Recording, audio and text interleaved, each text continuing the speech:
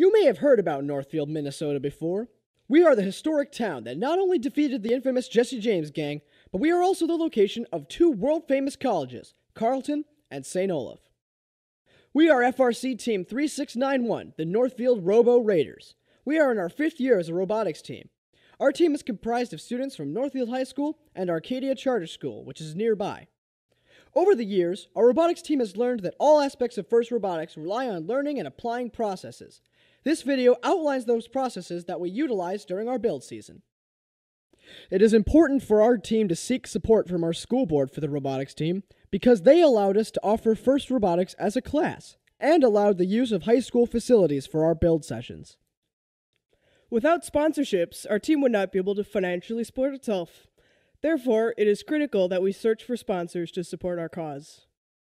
Once the game has been revealed and the kit of parts has arrived, our team begins designing the first prototypes for our robot. We utilize both sketches drawn by hand and AutoCAD details to conceptualize our design.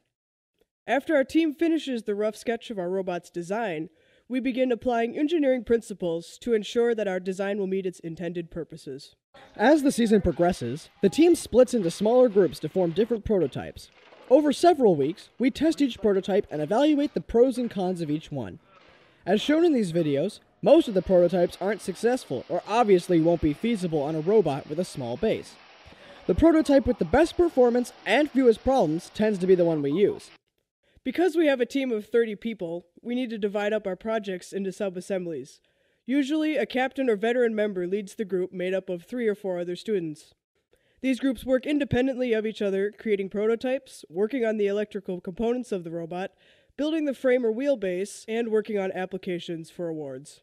As a part of building our robot, we have to fabricate most of the parts ourselves. Our captains take a leading role in showing the younger students how to use the machine shop. We utilize bandsaws, the drill press, lathe, and different types of welders and cutters to fabricate the parts of our robot to the dimensions we need. The sub-assembly teams come together once they've finished their separate jobs and the final robot gets built. The different mechanisms are calibrated to work well with each other and final tweaks to the system are made. We have 2 programmers on our team, one of which is a captain. They write code for the robot to let it accomplish our goal upon manual input. Once the robot is mostly finished, we begin testing it and practicing on a field we create. We give different drivers a chance to drive, and this is also a chance for the programmers to fix bugs in the code. During competition, we again split into smaller groups. The drive team usually is made up of 2 to 3 veteran members, and the newer recruits rotate in and out for different matches. Another group goes into the stands and scouts good teams to ally with, or they just watch the matches and report back for strategies that seem to work. A third group stays in the pit area and makes necessary repairs to the robot when it comes off the field. It is our team's ultimate goal to reach the National Robotics Competition. We strive towards making the best robot we can. We also select 2 of our students for the Regional Dean's List Award. In 2012, one of our members won the Regional Dean's List Award and advanced to the National FRC competition in St. Louis. This was an amazing accomplishment and has inspired other team members to strive for excellence. After the competition is over, our team elects the new captains for the upcoming year, and awards for our team are handed out. We give out awards for things such as MVP, or longevity, which is given to people who are on the team for 3 to 4 years. We've had a lot of ups and downs over our first 5 years. The biggest thing that has come out of those first 5 years, one cycle of students has come and gone, and the next generation is incoming to build our future.